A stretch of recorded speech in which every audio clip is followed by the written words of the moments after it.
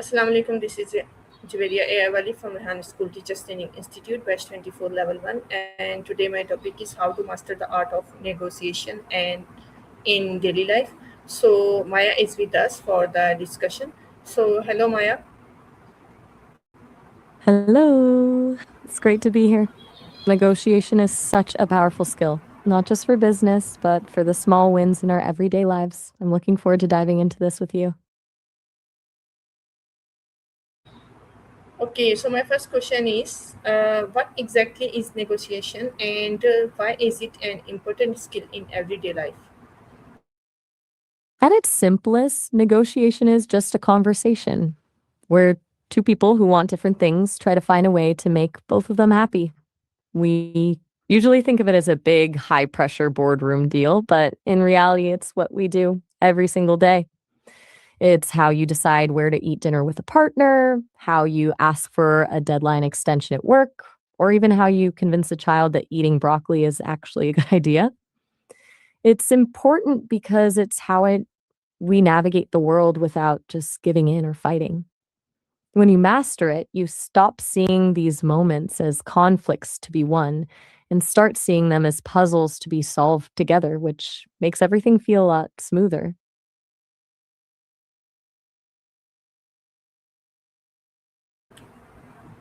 Do we negotiate in our daily lives more often than we realize? Oh, way more.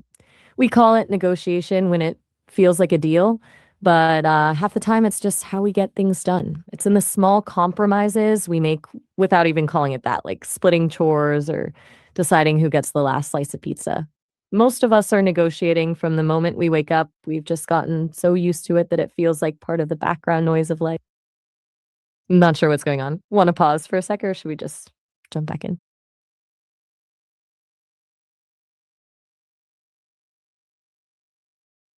Still there? Okay, so Maya, what are some common situations where negotiation skills can be useful? Oh, lots of them. The big ones are usually around money, like getting a better rate on a car or asking for a raise, but it's just as common in the small stuff, like arguing over whose turn it is to do the dishes or deciding on a movie for date night. It really shows up anywhere there's a difference in what two people want.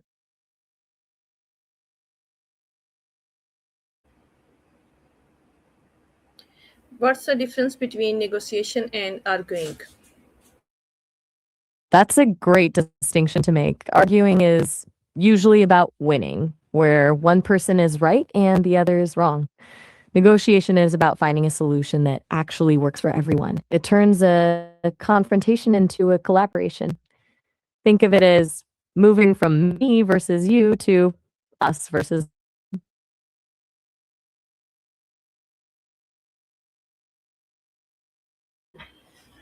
So, what are the most important qualities of a good Negotiator. Honestly, it's way less about being the loudest person in the room than people think. The real secret weapon is actually active listening. You've got to hear what the other person is actually saying, and even more importantly, what they're not saying. Once you catch that, you can find the leverage you need to make a deal.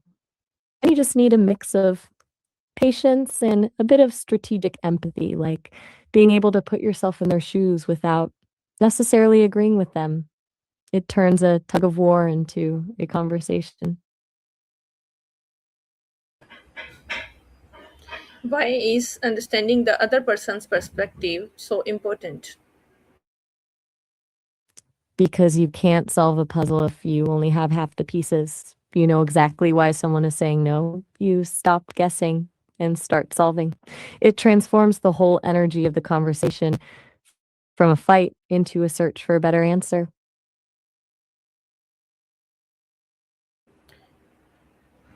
So, how can we clearly communicate what we want without sounding demanding?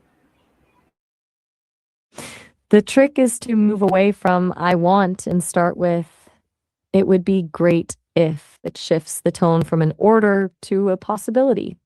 Instead of saying, I want this done by Friday, try something like, it would be a huge help if we could get this wrapped up by Friday. It invites the other person into the solution rather than just making them a recipient of your demands.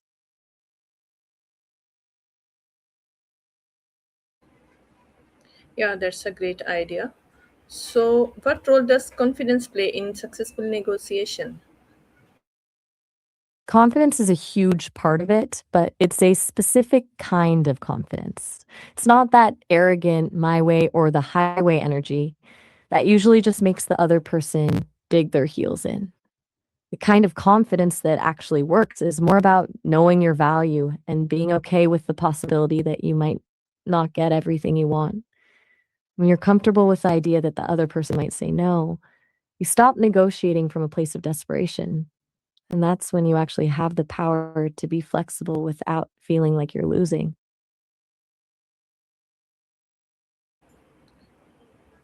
Okay, so how can someone become more confident when negotiating with others? Uh, the quickest way is just to treat it like a low stakes game. Practice on things where it doesn't really matter if you fail. Try asking for a small discount at a store or a free topping on your pizza. When you realize the world doesn't end after a no, the fear disappears and you start feeling more natural. You seems to be less energetic today, Maya. So, how can someone become more confident when negotiating with others? We have discussed it. Is it better to speak first in a negotiation or wait for the other person to make the first offer? Wait, I'm not? Huh. I guess the negotiation zone is just a bit more measured than our usual stuff. As for who speaks first, there's this concept called anchoring, where the first number mentioned sets the tone for the whole conversation. It's a powerful move if you're confident in your value, but waiting can be a smart play too, since you get to see their cards first. It's a bit of a psychological chess match, honestly.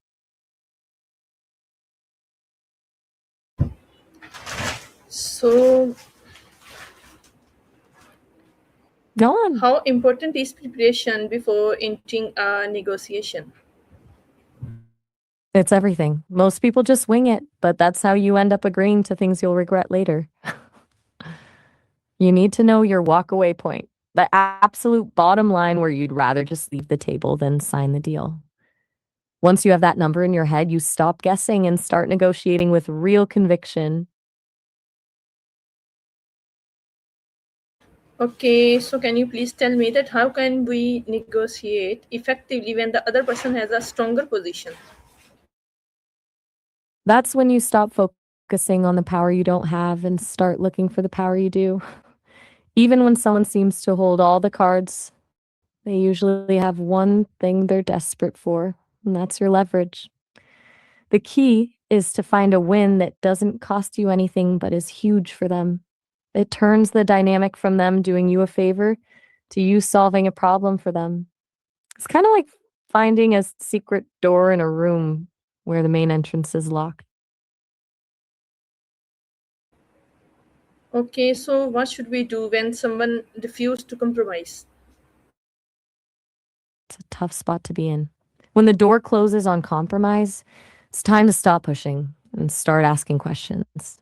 I'd try something like, help me understand why this point is a non starter for you. Sometimes people dig in because of a fear or constraint they haven't mentioned. And once that's on the table, you can pivot. If that doesn't work, it's where your walk away point comes in. There's a real power in being the person who's okay with no deal. It's the only way to keep your dignity intact when the other side isn't budging.